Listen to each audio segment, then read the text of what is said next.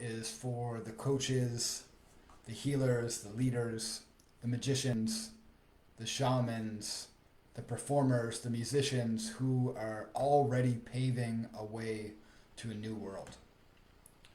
You are paving the way to a brand new experience on this planet through your leadership, through your example, and through your personal sacrifice and effort into doing the deep work. And for that, I acknowledge and commend you. And before I get into the depth of the material here, as you can see from the title, what I'm saying is maybe one of the most out there claims I've made yet in all of my videos. And the title of this video is God Told Me the Flood is Coming.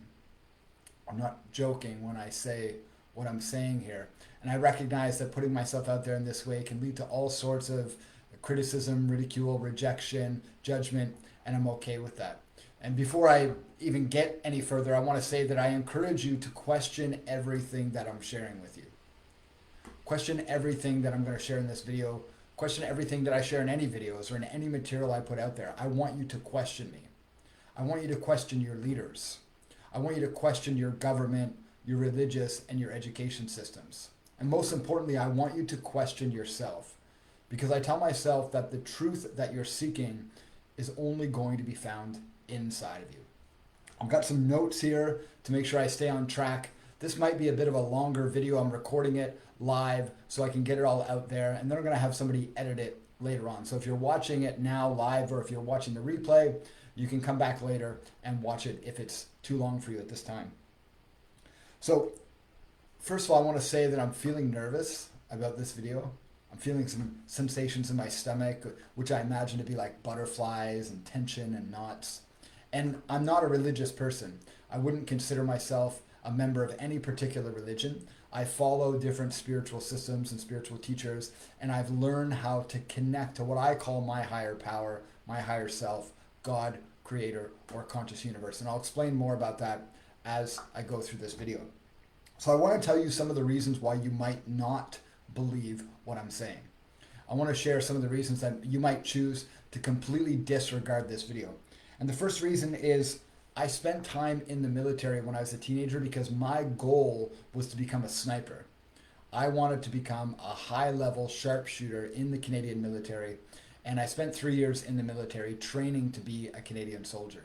So I wasn't somebody that grew up wanting to protect others necessarily. I just wanted to fight for something.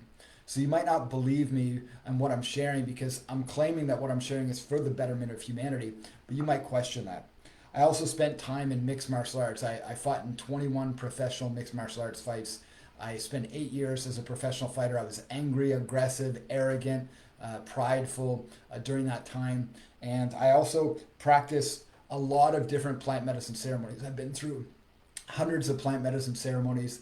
I was eventually initiated as a shaman in Cusco, Peru. I've been initiated into ceremonial high magic. So if you're somebody that's against plant medicines, against magic, against miraculous types of healing, shamanism, things like this, if you don't believe in that stuff or you don't agree with it, you might not believe what I'm sharing in this video. I also tell myself that I've studied, practiced, and developed what sometimes in the Christian community they call the gift of prophecy, and what in the mystical or shamanic community they might call channeling. And so I've been refining this gift for the last 7 years, and I tell myself that I've reached a point where I can at will connect with higher levels of consciousness and communicate with higher levels of consciousness. I also wrote a book about my relationship with God and my relationship with ceremonial high magic, which for some people might sound like a contradiction, but if you read my book, which you can download for free in the description of this video, you'll see that I believe that high magic and a relationship with God are actually, in many ways, the same thing. So in this video, I'm going to be sharing 3 fundamental points. And so the first point is I'm going to talk about humanity's hidden ancient past. The ancient past that's been hidden from us in the history books, it's been hidden from us in the religious and education systems, and our government has all but denied it. So first I'm going to share about humanity's hidden ancient past. The second thing I'm going to share about is what biologist Jeremy Griffith called the troubled human condition. This is a condition that every human being on the planet suffers from. And he calls it a mass psychosis. And I'll get more into that later in the video. And then the third thing I'm going to share is how to ascend to a new earth. Now I realize I'm using some new age language there, and I chose that language on purpose. Another form of language I might say is how to create heaven on earth. Or if I wanted to keep it really simple, I might say how to create a utopian society. But I chose the words how to ascend to the new earth because I believe that really what we're doing is transforming our consciousness, raising our awareness and our perspective on reality, and therefore creating a new reality from the inside out. So let's start with the first point, which is humanity's ancient hidden past. And so in 2014, I retired as a professional mixed martial arts fighter. At that time, I had 21 professional MMA fights. I had one professional boxing fight. And I realized that this career was no longer aligned for me. It was no longer the purpose that I found most inspiring and most engaging in my life. So I retired from that, and I started doing deep coaching. I started helping people heal with their eating, heal with their mindset, heal with their self-esteem, and see themselves from a different perspective. A year later, a man came into my life out of nowhere and asked me if I'd ever heard of ceremonial high magic before. He asked me if I ever heard of magic before. I said, are you talking about witchcraft, like black magic and hexes and spells and curses? And he said, that's one kind of magic, but that's not the kind of magic that I'm referring to. The kind of magic he was referring to, I learned, is a type of magic that's been all but hidden from society for thousands of years. It's been practiced by some of the greatest minds in history, including Sir Isaac Newton, Leonardo da Vinci, Carl Jung, and others, yet it's been suppressed and hidden from mainstream society. I was taken under the wing of this mentor, and I'd worked in over a dozen ceremonial high magic ceremonies directly with him, one-on-one. I went on to experience hundreds of ceremonies after that, which I'll share about later. But a year after this initiation into high magic, I traveled to Cusco, Peru for the very first time. I went there for a shamanic ayahuasca retreat with 3 shamanic ayahuasca ceremonies. That was in May of 2016. I was so profoundly moved by the experience that I went back 5 months later with 6 clients for 2 more shamanic ayahuasca ceremonies. And in this second trip, I went on a tour with a man named Brien Forster.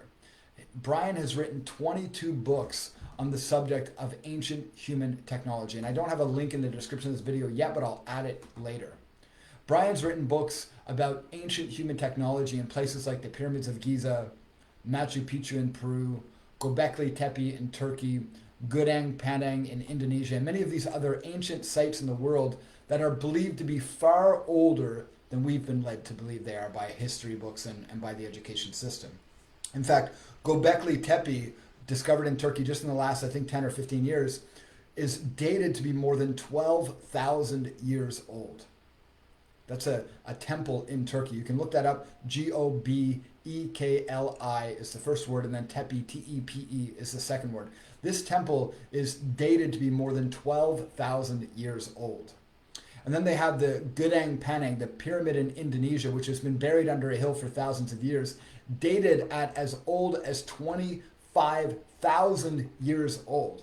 Think about this. Our history books go back thousands of years. Maybe 5,000 years if you include scriptures in the Bible and things like this. These pyramids are tens of thousands of years old. Far older than any written history that we have written on paper as scriptures. In fact, some of these temples like Göbekli Tepe have inscriptions written in them in a language that archaeologists are just starting to understand. And as you'll learn later in this presentation, the pyramid or the temple at Göbekli Tepe left messages for us at this time. According to Graham Hancock, who has also written a number of books on ancient human technology, these ancient ancestors left messages for us in the ruins of Göbekli Tepe, first showing us that they knew that we were going to find it around this time.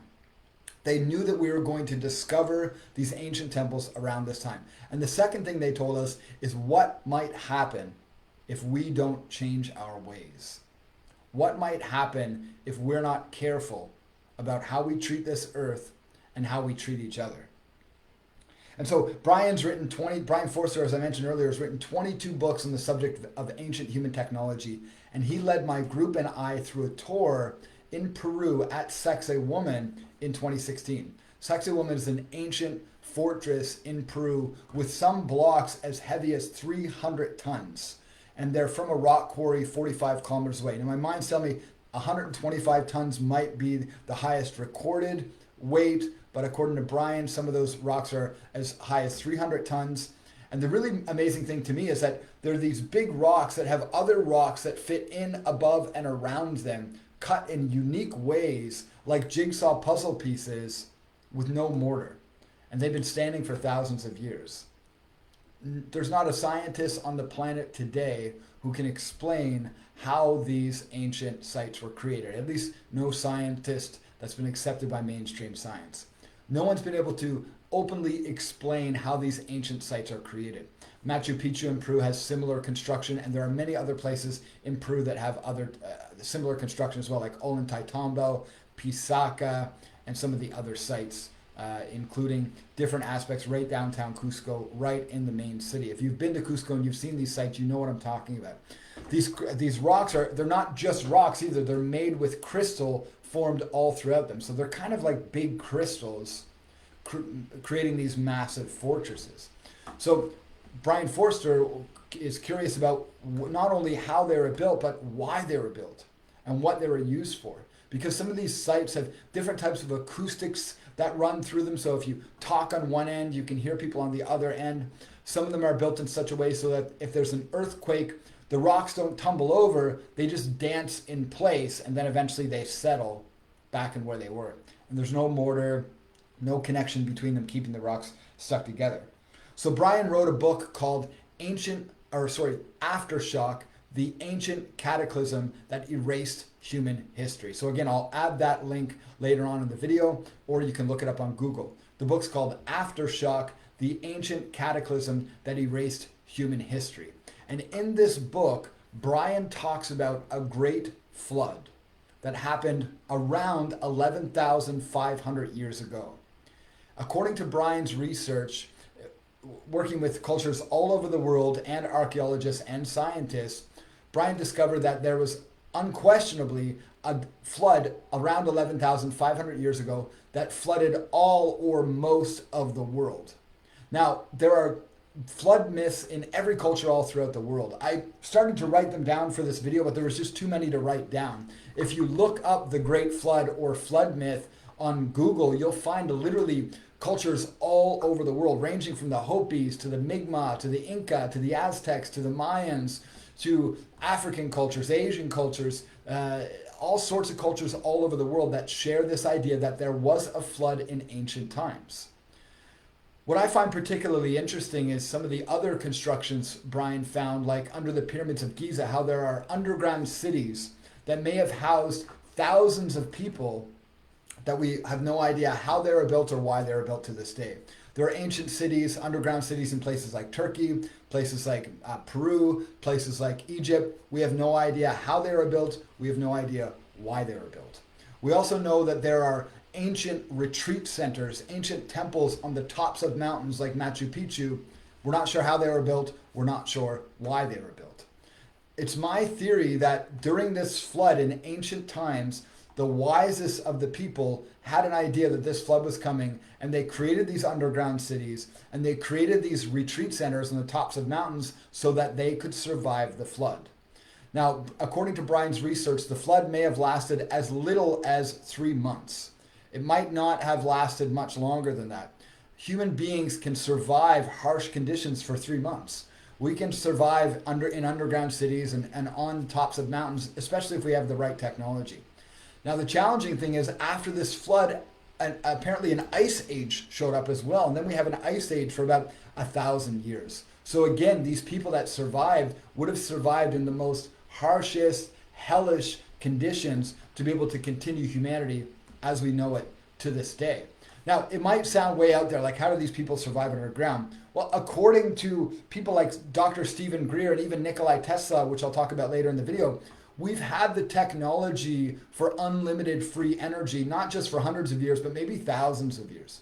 We may have had advanced technology that allowed these people to survive the flood that we've forgotten about I use air quotes because I don't know if we've forgotten or if we've hidden it or if certain groups of people have hidden this technology. But we've had technology for a long time, a lot longer than we've been led to believe, at least since 1902 when Nikola Tesla created the free energy devices. But my theory is much, much, much longer. In fact, I assume and suspect that Nikola Tesla studied these ancient systems like alchemy, like Kabbalah, like these ancient magical systems I'll tell you about later, which helped him understand technology and how to create it. Now, according to these ancient flood myths, the story's pretty consistent. The people became wicked, so God flooded the earth. That seems to be the consistent message across the board with these ancient flood myths. The people became wicked, so God flooded the earth. Now, I'm not saying that I necessarily believe that's true.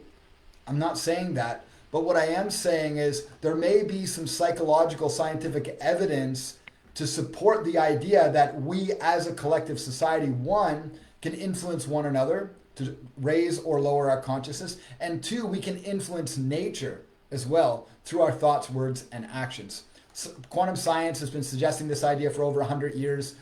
Spiritual scientists, sciences and esoteric sciences like alchemy, Kabbalah, and so on have been suggesting this idea for thousands of years.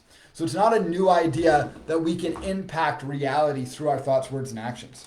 And so according to these ancient flood myths, the world became wicked, the people became wicked, so God flooded the earth to reset the earth and to cleanse the earth from all of the wickedness that was around at the time. Now, we don't know if that's true. What we do know is these ancient civilizations were highly advanced and highly spiritual. Not only were they able to create these mind-blowing, mind-bending structures like Göbekli Tepe, like the pyramids of Giza. Think about the Great Pyramid of Giza. We're talking about 2.3 million blocks, all cut like jigsaw puzzle pieces to fit perfectly above, around, and below the other rocks around it. So every rock is cut differently. They're not cut the same. They're all cut differently to connect together like jigsaw puzzle pieces so that they don't move over time. The Great Pyramid is pointed to true north within a fraction of a degree, and they're all level within a fraction of an inch. So this is profound construction for thousands of years ago. Now, Brien Forster and I share this theory, and Graham Hancock and others say that these pyramids are far older than we've been led to believe they are. They're not 4,000 years old, 5,000 years old, or 3,000 years old. They're tens of thousands of years old, maybe even 30,000 plus years old. Now, maybe not the external structure, but the internal structure, and they may have been built on over time, but they're likely a lot older than we've been led to believe that they are. So these ancient civilizations are highly advanced, highly spiritual. A lot of these sites in the world have spiritual temples associated with them. They have deities carved in them. They're cut in circles, they're cut in pyramids. The pyramid is believed to be a structure that can connect to higher dimensions of reality. In Hermetics, the ancient Egyptian wisdom and ancient Kabbalistic wisdom, they believe that the pyramid shape connects with the God of wisdom, connects with the essence of wisdom. And so we can channel wisdom using a pyramid shape. I hear of people using copper pyramids and all sorts of pyramids all through the world, even to this day. There's even studies in Russia about pyramids and how some food grows at a higher quality inside of a pyramid and it grows faster inside of a pyramid. So that means there's a higher nutrient density and it grows faster. All of this research is available, but it's not well known for some reason. I won't say why, but yeah, that's what I think. And so Graham Hancock, in his book Magicians of the Gods, says that these ancient people left us a warning. They said that there was an ancient cataclysm, like I said earlier, 11 to 12,000 years ago, and that the ancient people told us that it may happen again. Now, Graham Hancock said that it may happen around 2030, so 7 years from now. And he said that these ancient people let us know that it's not inevitable that this cataclysm happens. We can change the course of history by changing ourselves, by transforming our world. He says these ancient people told us that if we change our wicked ways, if we change our selfish ways, if we stop only receiving for the self alone, but receive for the purpose of giving and for the purpose of sharing, we can avoid this massive cataclysm. Now, I know, again, these ideas might sound way out there for some people watching this video. It might sound like total nonsense. It might sound like just complete bullshit, frankly. But these are brilliant people that are suggesting these ideas. As I'll mention soon, Jeremy Griffith, a biologist who created the documentary The Troubled Human Condition, talks about this from a psychological perspective. Dr. Stephen Greer, a family physician who has been studying UFOs, which you say are not unidentified. In fact, our government not only knows that there are unidentified flying objects, but they've created many of them using technology that's been suppressed, like the technology that Nikola Tesla created over 100 years ago. These are brilliant men. These are doctors. These are psychologists. These are archaeologists. These are researchers who have put their life's work into studying these things. They put their reputation on the line. They put themselves out there. They put their livelihood on the line, literally their safety, their life on the line to get this information out there in the world. So don't take my word for it. Follow the breadcrumbs that I'm going to share with you here and do your own research and come to your own conclusion. I'm just sharing the message that I feel compelled to share. Now, as I said, Graham Hancock says that we have until 2030. I've heard the number 2042, which is a little bit longer, and maybe that's just being optimistic. Now, before I continue, when I say I hear it or I imagine it, what I'm saying is that I sometimes receive impulses that I imagine to be from a higher level of consciousness. I have my own thoughts, which I tend to recognize as my thoughts. And then sometimes I receive impulses when I'm in meditation, when I'm in prayer, when I'm fasting, when I'm connected to my own deep sense of inner wisdom, I receive impulses. Now, in Christianity or Judaism, they call this the gift of prophecy. In mystical traditions, they call it channeling. So I tell myself that I channel these higher energies, these higher frequencies, this higher intelligence, which I've used to heal myself. I've used to create businesses. I've used to manifest all sorts of dreams. I've used to write the book that many of you watching this video have already read. If you haven't already read it, you can find it for free in the description of this video. So what I've discovered in my journey is that one, we're capable of far more than we realize we are. At 12 and 13 years old, I became so obsessed and passionate about music that I was able to hear classical music that had never been written before, and then I could write it on my guitar. And most times the music was more complex than I was able to play, so I would have to slowly write the music and then practice it over time to get good enough to be able to play what I was hearing in my head. Now, if you're a musician, this isn't a strange idea to you. Chances are you've been able to hear music from the ether, from nowhere, all your life. This is something musicians can do regularly. Well, in psychic work, they call this clairaudience. It's the ability to hear things that aren't actually there. And so I've developed this skill for the last 25 to 26 years. And then when I was initiated into high magic in 2015, that ability started to become amplified. I've now written a lot more music. I've written books, I've written poems, I've written articles and all sorts of things using this skill of just slowing down and listening to the ether and hearing something that isn't there, or isn't actually there. Again, this is not a crazy idea. People have been doing this for hundreds of thousands of years, literally since humanity has been around. We've had these skills, but we just don't practice them, so we don't know them very well. So it's my theory that high magic, which is an ancient practice based on ancient scientific systems. Again, you can learn about high magic in my book, which you can download for free in the description of this video. I tell myself that high magic is an ancient technology that was passed on from the civilizations before this flood.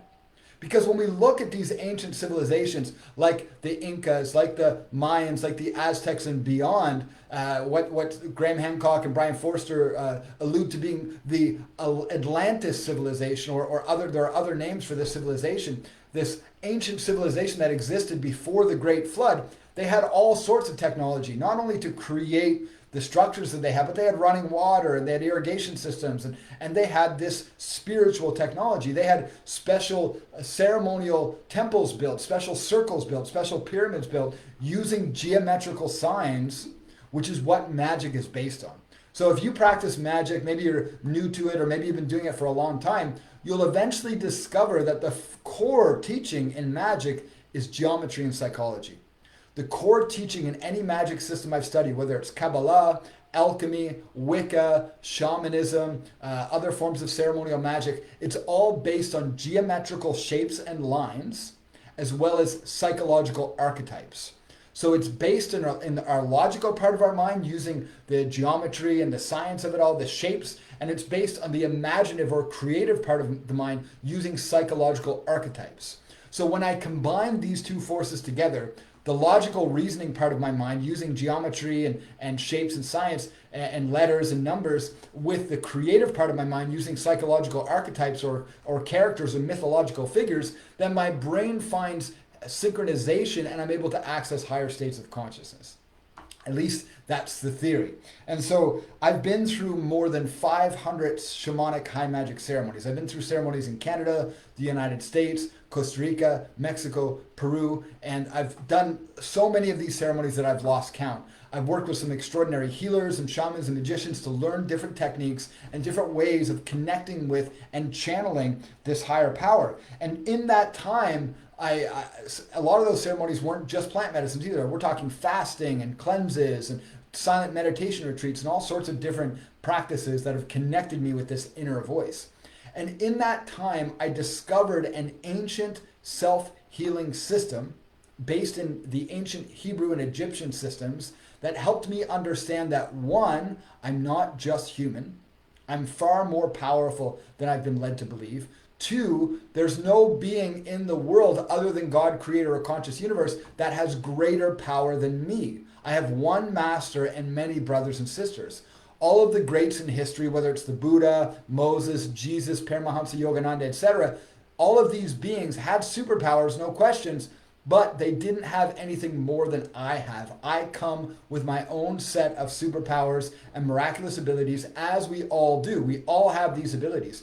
And these magical systems have taught me not only that I have these abilities, but they've also taught me how to harness them, how to sharpen my tools, and how to use these gifts for the betterment of my life and the lives of others. I've already written 3 books on high magic. Chances are you've read at least one of them if you're watching this video. If not, again, you can find the newest one in the link in the description. But I've written 2 other books about my high magic practice, going all the way back since early 2020. And I even wrote a book back in 2015 that was alluding to some of these ideas. And so what God has told me, and this hasn't just happened once, it's been happening now for a number of years, and I've basically have been ignoring it, suppressing it, and blocking it out. God told me there's a flood coming. I don't know if it's going to be a flood like there was 12,000 years ago or some other type of flood, but here's the general idea. It's either going to be a flood of suffering or it's going to be a flood of salvation. Now, I'm not using those terms with any religious context. That's just how it came to me. We're either going to experience a flood of suffering, which could be sickness, could be disease, could be a water flood, could be some other ancient cataclysm, or we're going to experience a flood of salvation, which will be moving to what I call heaven on earth, or a utopian style world, or what some people might refer to as the 5th dimension, or the ascension stage, or whatever you want to call it. God told me that one way or another, humanity is moving in one of 2 directions right now. Now, the Aztecs and the Mayans have a similar theory. They said on or about December 21st, 2012, we shifted into a new age. And in this new age, reality becomes very polar. Some people are going to go in one direction. Some people are going to go in another direction. Now, as I'll explain later in the video, the direction that you go in is up to you, because reality is subjective. According to quantum science, the reality you experience is unique to you, and the reality I experience is unique to me. So whether I move toward a flood of suffering or I move toward a flood of salvation is up to my thoughts, words, and actions. It's up to how I create my experience of reality. Now, there is some unfortunate news which I'm going to share with you here. According to Jeremy Griffith, who recorded the documentary The Human Condition, which you can watch for free in the description below. Jeremy Griffith is a biologist, and he's backed up by a man, I think his name is Harry Prosen, who is the head of the Canadian Psychiatric Association, who backed up what Jeremy Griffith is claiming. What Jeremy Griffith has claimed is that we have solved the human condition. We have solved the troubled human condition. If you wonder, why are people so aggressive? Why are people so angry? Why are people so traumatized? Why are people so sick? Why are people so messed up? Well, Jeremy Griffith has solved it, and it's actually a very easy theory to accept. In fact, it's so simple that many scientists have rejected it and ignored it. But I'm going to share it with you the way I understand it, and you can make a decision for yourself. So what he's basically suggested is that our savage instinct, our instinct to be greedy and to be selfish and to hurt others, is actually rooted in a mass psychosis that everyone on the planet is affected by. And this psychosis started around 2 million years ago when humans became conscious. Before we became conscious 2 million years ago, we lived like the bonobo monkeys. If you've ever heard of the bonobo monkeys, they're the most compassionate primate species on the planet. They share almost 99% of their DNA with humans, and they live in complete peace and unity. They love one another, they nurture one another, their entire species is living at peace, and the way they achieve this is through nurturing. They are a maternal species. So what that means is that nurturing and physical touch and love is one of their most important values as a species, and that's how they remain so compassionate. In fact, many researchers have spent time with bonobo monkeys and said the bonobo monkeys loved them so much that they had no choice but to love them back. These are animals, these are apes that are so advanced in their understanding of peace and harmony that they've reached total peace and compassion as a species. And Jeremy Griffith says that 2 million years ago, human beings acted the same way. We were also very at peace. We achieved the level of evolution that we've achieved up to this day through nurturing. But the problem is, around 2 million years ago, we became conscious. And so what that means is we went from using our genes or our instincts to orientate our life, to follow our guidance of our instincts, to our nervous system. And with our nervous system, we have the ability to understand cause and effect. That's a big statement, because what that means is, unlike animals who primarily live in their instincts, they live in autopilot, we created the ability to branch off and start thinking for ourselves and to watch nature and to realize, well, I don't need to follow my instincts to eat or to have shelter. I can watch nature and I can learn and I can understand nature and I can evolve. So we started to become conscious. Now, the trouble with that is, once we start using our nervous system to orientate life instead of our genes, then we have to make mistakes, because that's how the nervous system learns.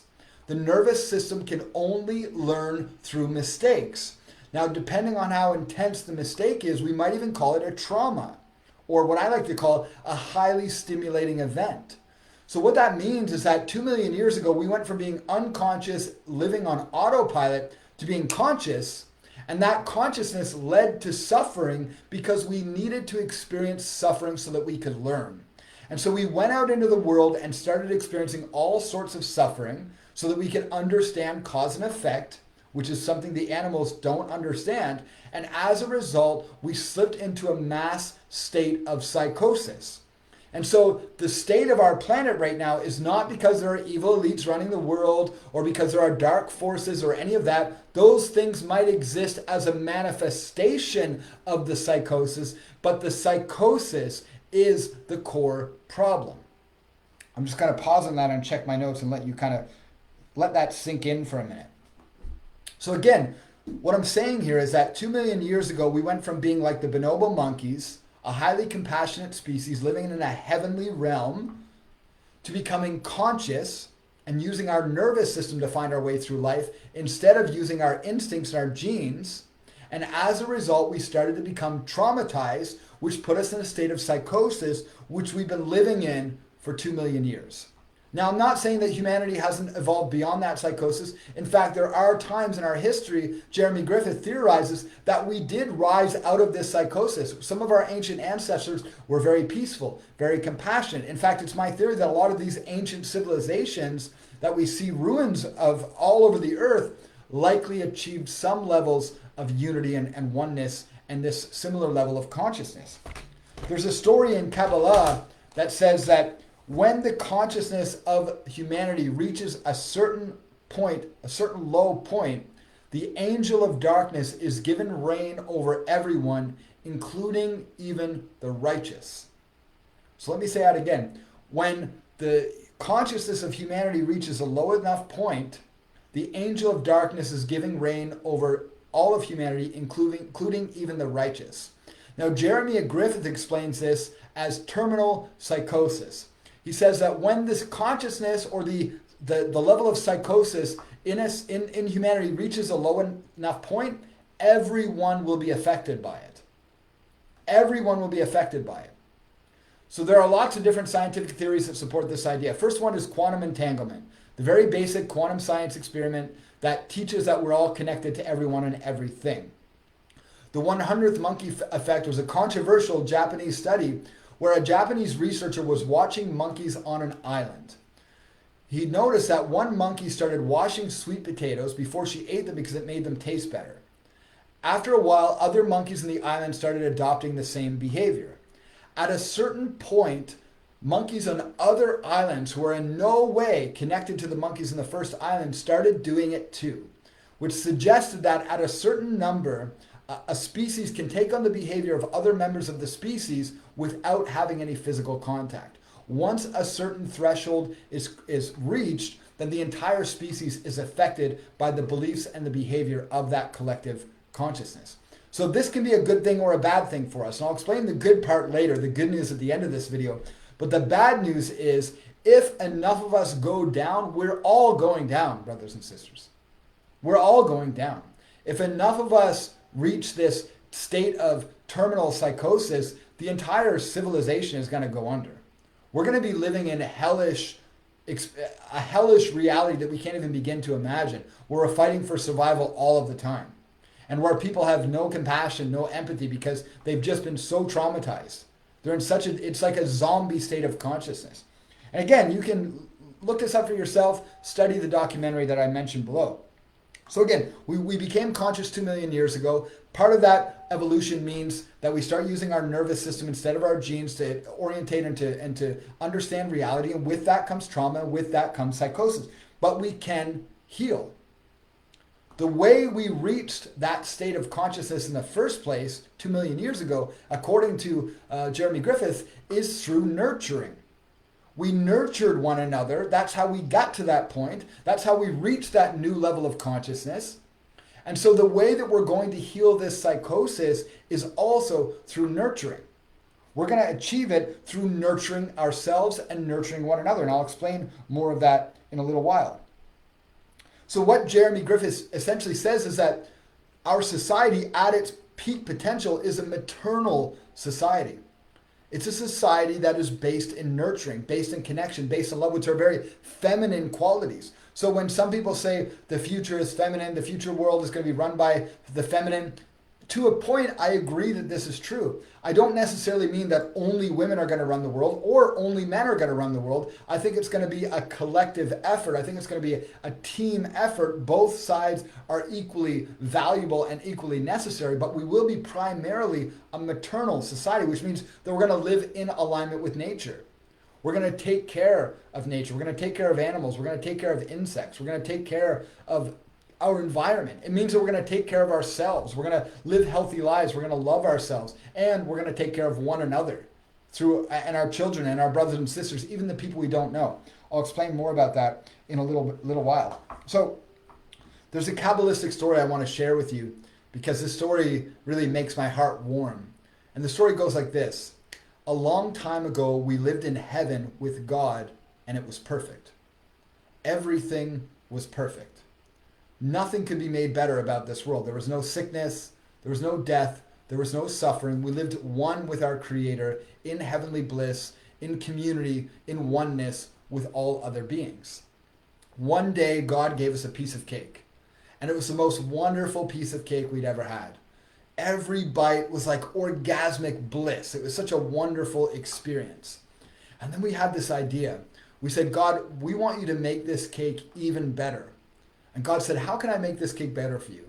We said, we want you to break the cake down into the most basic ingredients so that we can make it ourselves. We want to give it our own personal touch. And God, having loved us unconditionally, didn't just break the cake down into the most basic ingredients. He broke the entire universe down into the most basic ingredients. And we've been rebuilding our heavenly kingdom ever since. Think about this idea. Feel how it feels for you. It feels true for me in some form, whether that means that 2 million years ago we lived in heavenly bliss because we were on autopilot living in alignment with nature because it was part of our instincts, or maybe we are highly advanced beings from a higher dimension of reality that God just took us back to the beginning and now we're working our way back to the heavenly paradise that we come from, but now from a new level of consciousness. Now we're able to create our universe from a new level of consciousness, which we could only have developed through experience, through understanding. You see, my favorite meal wouldn't be my favorite meal if I ate it every day of the week. I would get sick of it after a while. It's only my favorite meal because I just have it once in a while. Now, by the way, whatever that meal is for me, it's probably some kind of Indian food, maybe vindaloo or butter chicken. And sometimes, some weeks, I have it maybe once or twice in a week. But if I had it any more than that, it would become too much.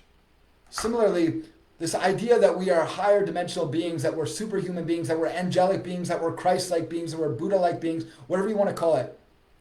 This Kabbalistic story teaches us that for us to fully appreciate the heavenly kingdom, the utopian paradise that we all come from, we had to lose it and rebuild it again. And the Kabbalists believe that this is what we're doing now. We're moving toward this messianic age, this messianic consciousness, this consciousness of oneness and unity. And so these bonobos live in this heavenly state now. We can learn about our own potential through these apes, through these beings. But that's not all. We can also learn how to become more conscious by slowing down and going back and recognizing exactly who we are and where we came from. We started to learn this idea of cause and effect through the nervous system. And what that has taught us through all of these years of research in psychology and science is that there's nothing wrong with us. There's nothing wrong with us. Now, I'm not saying that some people aren't born with certain disabilities. Sure, some people are born with certain disabilities and they may not have the mental capacity to heal themselves or to transform that disease that our society calls incurable or irreversible. But unless someone is completely without consciousness, completely without the intellect to understand cause and effect, then I tell myself that everything can be healed. I haven't met a single person in the work I've done, and I do deep healing work with all sorts of people. I've worked with politicians, I've worked with CEOs, I work with leaders, I've worked with UFC fighters and boxers, and I work with criminals. I've worked with former rapists. I've worked with people who have done unspeakable acts, and I can tell you that everything can be healed. There's nothing wrong with us, except that we're in a state of mass psychosis, and the only way that's going to change is if, one, we recognize that, and two, if we start to forgive ourselves and we start to forgive one another. The only way that we're going to heal this mass psychosis is through nurturing, which is the same way we got to this level of evolution in the first place. This psychosis, the word psychosis comes from Latin roots to mean soul illness. So it's our soul that's ill. Guilt, shame, sadness, regret, disappointment, embarrassment, all of these emotions that we've been programmed to believe are necessary because we've been a bad person, we've done bad things, we've acted in bad ways, and we need to feel guilty, we need to feel ashamed, we need to feel regretful, we need to feel bad about ourselves. It's not true, everyone. It's not true. You could write a list of every negative thing you've ever done to yourself or others, and I guarantee you a high-level coach or healer can help you understand how every single negative thing you've ever done to yourself or others comes from your own past traumas. In other words, the pain that you received, the pain that you experienced became the pain that you expressed to other people. So then we ask ourselves, well, where did your pain come from? Where did that pain that you experienced in your younger years come from? Well, it came from your guardians, your parents, your grandparents, your siblings, your aunts and uncles, your teachers. So is it their fault? Well, no. Well, where did they get that pain from? Well, it came from the pain that they experienced as children. And well, where did that pain come from? Well, it came from their guardians. If we follow it all the way back the line, where do we get to? Well, we get to 2 million years ago when we as human beings became conscious and we started making mistakes as part of our evolutionary process. Mistakes are necessary for evolution. Why doesn't dogma work in the world? Why doesn't religious dogma work? Because people need free will in order to understand. We need free will in order to evolve. It's the only way that we can evolve our own thinking. Some of the most powerful teachers that I respect, like Rav Berg or Billy Phillips or Father Richard Rohr or Jim Palmer, many of these others, these are former pastors, Eliphas Levi, Israel Regardie. These are former pastors, former priests, former clergymen who eventually reached a point in their studies that they realized, wait a minute, this religious dogma is actually holding me back from fully understanding myself spiritually. So they had to leave the dogma to become fully conscious. And I imagine that Jesus did that. I imagine that Moses did that. I imagine that the Buddha did that. I imagine that at a certain point they recognized that dogmatic thinking was not allowing them to evolve. And this is what we're seeing in the world right now, everyone, because we see it in the scientific system. I mean, look at the pandemic. I'm not even going to get into it. We see it with 9/11 and these other things. I'm not going to get into that either. Look at the dogma that we see all over the world. We see it with quantum science. We see it with free energy. We see it all over the planet. We see that these dogmatic ideas are holding us back from reaching our full potential. The word psychiatry comes from Latin roots to mean soul healing. So how do we heal psychosis? Well, we heal the soul. If we heal the soul, we become one with our experience and we're no longer in an experience of psychosis. We are in a position now in history, for the first time in 2 million years, for the first time, we are now in a place to become whole and complete as a society. Now, I don't think that's going to come by us embodying one religious doctrine, one scientific doctrine, one psychological doctrine, but rather we're going to understand it through nurturing, through tolerance, through compassion, through unconditional love, through forgiveness. Now, these things I'm saying to you, I say them as if it's easy, and I've been working very hard in my life to develop these qualities: tolerance, compassion, forgiveness. These are saint-like qualities in ancient times. In ancient times, people that could reach levels of tolerance and unconditional love and compassion and forgiveness were considered saints. But it's not necessary to be a saint to reach that level of consciousness. We have the technology now. The understanding we need comes through free will. It comes through making mistakes. It comes through suffering. It's the only way that we can get there. We can return to our natural loving state, fully conscious, just like we can be like the Bonobo Monkeys, fully compassionate, fully in love, fully nurtured, but we can do it while being conscious as well. And that's a powerful statement. I just want to talk again about that angel of darkness I mentioned earlier. How in the Kabbalah it says at a certain point, God gives the angel of darkness reign over everyone, including the righteous.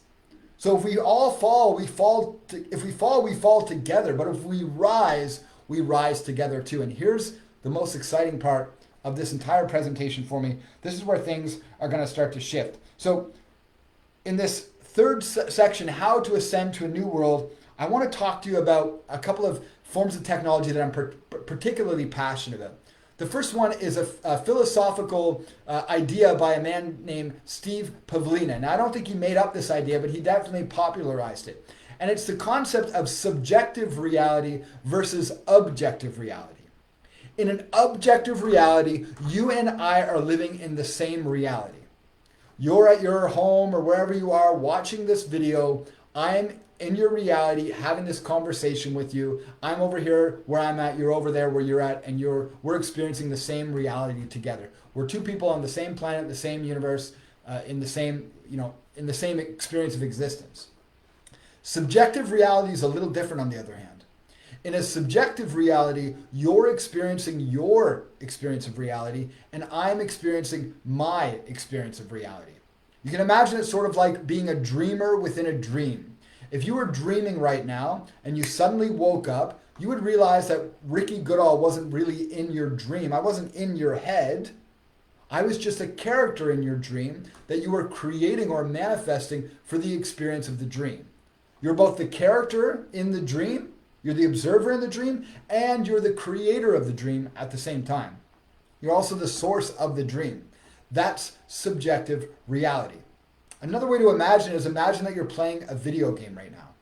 Imagine that you're living in a highly advanced virtual reality simulation or video game right now. Your video game is a reflection of you. The ancient Kabbalists and alchemists and mystics say, as within, so without. Your external world is a reflection of your internal world. You're creating your external experience of reality based on your internal reality. As within, so without. So that means that I'm a character in your video game telling you the flood is coming. It's either going to be a flood of salvation or suffering, and you get to choose based on where you put your focus. If you focus on nurturing yourself and nurturing others and celebrating the world to come, which I'll talk about in a moment, then guess what, my friend? That's the world you're heading toward. If you're entertaining negativity, entertaining conspiracies, entertaining drama, living in stress, living for pleasure alone, living for the self alone, receiving only for the self, not giving, not sharing, not sharing your love with the world, then you may, according to my brain and my imagination, you may manifest a very different reality. And so again, these ideas might sound out there, but quantum science supports these ideas with the double slit experiment that teaches us that reality only exists when we're observing it. When we're not observing it, it disappears, it becomes energy. Quantum entanglement shows us that everything is connected. The holographic universe theory helps us understand that the universe acts more like a hologram than physical reality. Reality is not as physical as we've been led to believe. It's actually more like energy. All sorts of theories. The Hermetic principles and the Kabbalion teach us about the law of vibration, the law of polarity, the law of rhythm, the law of gender, the law of mind, and all of these different ideas that reality is maybe subjective. Maybe reality is something that I'm creating from the inside out, and you're creating, in your experience of reality, from the inside out as well. Now, the most important part of this presentation is right now. So if you've been watching, I see some of you are still watching. Thank you for watching. The most important of this presentation is happening right now. And so the first thing I want to share with you is maybe the most important Hermetic axiom I've ever come across. And that is that higher vibrations transmute and neutralize lower vibrations. Simple way to think about that. If you keep thinking, I'm broke, but then you start having gratitude for all of the abundance you have, and you start telling yourself that money's going to come to you and things are going to work out, those higher vibrations are going to transmute and neutralize the lower ones. Okay, well, this also works on a level of consciousness. This also works in terms of humanity.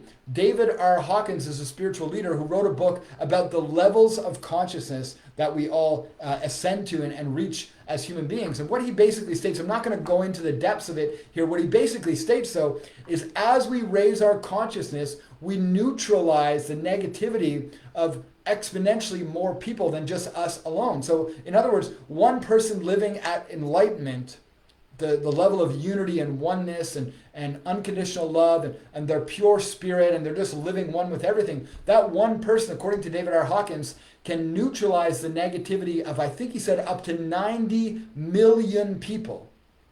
90, or maybe it's 70 million or 90 million, but either way, tens of millions of people. One person living at an extraordinarily high level of consciousness can neutralize the negativity of tens of millions of people. So what does that tell us? We don't need everyone to wake up in order for humanity to wake up.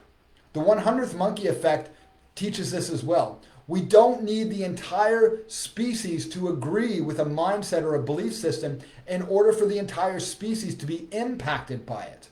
It's not about how wide can we go, it's about how deep can we go. And if you think about it, width and depth, well, that's the cross. You see, Father Richard Rohr has a book called The Universal Christ. He talks about how Christ is actually a concept that's beyond religion, it's beyond science, it's beyond anything that we can imagine. The word Christ is just a word that was given to it in ancient times. Christos was the original word, and the man 2,000 years ago was not a man named Christ, but he was a man named Christ because of the level of consciousness he reached. And he reached this idea that everything is one.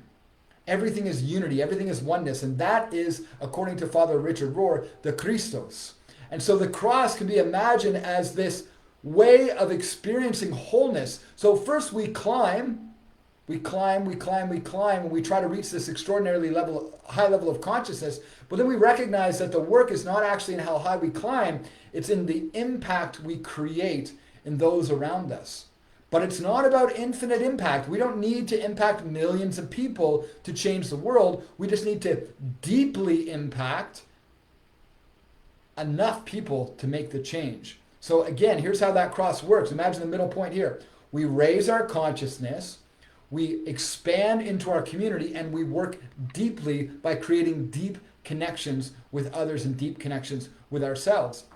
We don't need to transform the whole world. I mean, in the Bible, they say something about 144,000. When we think about 144,000 according to David R. Hawkins' levels of consciousness, well, if one person living at unity consciousness impacts tens of millions of people, then 100,000 people living at unity consciousness would impact billions of people at that point. So we don't actually need the entire world to wake up. We just need enough people to wake up deeply and to nurture those around them deeply through unconditional love, through compassion, through tolerance, in order for the entire world to change. In fact, I think we're already seeing it on a big level. So I want you to just imagine this for a moment. I want you to imagine a heavenly vision. I want you to maybe even close your eyes for a moment and let me take you on a little bit of a journey. Imagine that we're living in this world where sickness, where disease, where conflict no longer exists because everyone understands universal law. Everyone understands natural law. We understand the quantum laws. We understand that if I steal from you, not only are you going to suffer, which will hurt me, but I'm going to suffer too. Not only am I going to suffer the guilt and shame of bringing you pain and suffering, but I'm also going to experience the neutralization of my karma through natural law. So in other words, what I take from you will be taken from me and more. So this is a scientific idea. I mean, quantum science supports this idea at the roots and the alchemical roots, but I mean from a psychological perspective. See, my subconscious mind doesn't know the difference between self and other. My subconscious mind doesn't know the difference between you and I. So when I hurt you, my subconscious mind takes it as self-abuse. When I love you, my subconscious mind takes it as self-love. So that right there scientifically proves the importance of love your neighbor. It proves the importance of love others as you would love yourself. The subconscious mind doesn't know the difference between self and other. The subconscious mind lives in unity. So imagine that you're living in this world where everyone understands the law of cause and effect. Everyone understands the very simple golden rule, do unto others as you would have them do unto you. So that means no more security at the airport. It means no more needing to put a password on your devices. No more needing to put passwords into your bank account or your email. No more needing to lock your door or lock your car or lock anything for that matter, because there's no security needed anymore.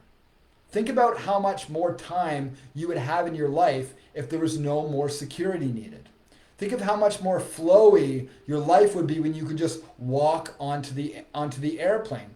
Now here's the other part of this vision that I think is really powerful, is that transportation as we know it will be exponentially faster than it is now because technology will no longer be suppressed.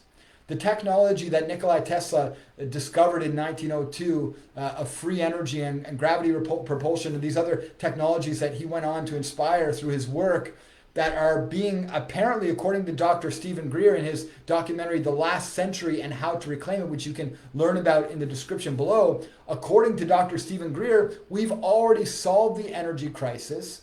We've already discovered how to create free energy, unlimited free energy from nothing, which means that food and water and poverty and healthcare for the needy no longer need to be issues.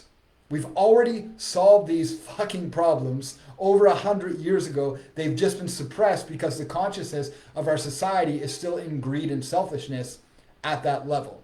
So imagine in this vision of heaven, we have free energy. We have unlimited abundance. We have unlimited energy. We have water. We have shelter. We have everything that we need. So energy is freely available, which means that transportation is simple. We can get to wherever we need to get to very easily and likely far faster than we can now. Because again, if technology is being suppressed, we may already have teleportation technology. We may already have the technology to move at the speed of light or close to it, or at least a hell of a lot faster than we move now. So imagine this heavenly world where you can express yourself authentically and honestly because you're not going to be judged and criticized by others because everyone's living in this state of peace, oneness, and happiness where we have abundance, we have prosperity. Life is very simple and easy. We're all living in our zone of genius where we have the technology available, the education available to help children understand at a very young age what they're really great at, what is in their zone of genius, what is in their greatest skills and abilities. We have this technology now. I've discovered this for myself. Some of you watching the video have discovered for yourself what your purpose is, what your zone of genius is, how you can spend your life doing what you love to do and get paid really well for it. Now, some people say, well, if we live in this miraculous world, will we still have money? Will we still earn money? Well, why not? I mean, if everyone has their needs met, we can still earn more. If we want more, we can live a very simple life. These men I've told you about, Dr. Stephen Greer, Greg Braden's another one, Bruce Lipton, Dr. Joe Dispenza, Nikola Tesla. These men have discovered technologies that have all been suppressed and hidden for hundreds, maybe even thousands of years. We've been lied to as a society, brothers and sisters, to the point where sickness and illness and disease might not even be necessary. In fact, there are even people that claim that death might not even be necessary. Because these are all illusions of time. These are all illusions that we've created in the human psychosis, but they're not actually real. Time doesn't really exist. That's an illusion in this dimension. Sickness, illness, disease seems to be rooted in unhealed, unprocessed emotional baggage. So maybe they don't have to exist either. And I imagine in this heavenly world that we're moving toward, they don't have to exist. So I want to come to a conclusion here because I'm at the 1 hour mark and I want to share the basics of what I'm teaching you here. So God essentially told me, God, creator, conscious universe, the voice in my head, told me that we only need to focus, or that I only need to focus on three things. One, the law that to love God with all my heart, all my strength, and all my mind. Now what that means is you might not be religious, you might not resonate with the word God. So what that means to me is remain humble to the unknown. I don't know what I don't know. So I might not agree with religion's perspective of God. I might not agree with science's perspective of God, but I can at least remain humble to what I don't know. So I can love the universe, I can love consciousness, I can love nature, and the more I love my environment around me, remember the subconscious mind doesn't know the difference between self and other, so I'm going to experience that love internally.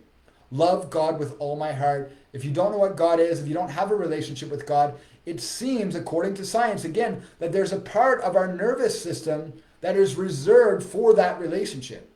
So God might not be real, but it's healthy to believe that God's real, or it's at least healthy to imagine that God is real. And that's really all I can do. I can't know that God is real except through my imagination, which is how I create my entire experience of reality. So the first thing God said is love God with all your heart, stay humble to the unknown. Fear is a sign of respect, not a sign of like fearful obedience. It's a sign of respect. I don't know what I don't know. I got trapped in a riptide in August of 2021 in a Costa Rican ocean. I almost died. I was rushed to the hospital. I didn't know what a riptide was until I was in that ocean. And then I learned when it was too late. I have to humble myself to what I don't know. Fear of God means respect to the unknown, humility to the unknown. So that's the first thing God told me. The second thing is to love one another as I would love myself. As within, so without. My subconscious mind doesn't know the difference between self and other. I don't even know if anything else in my reality exists except my own perspective. So how can I be sure that I'm not hurting others when I hurt, or hurt myself when I hurt others? And how do I know I'm not loving myself when I love others? As within, so without.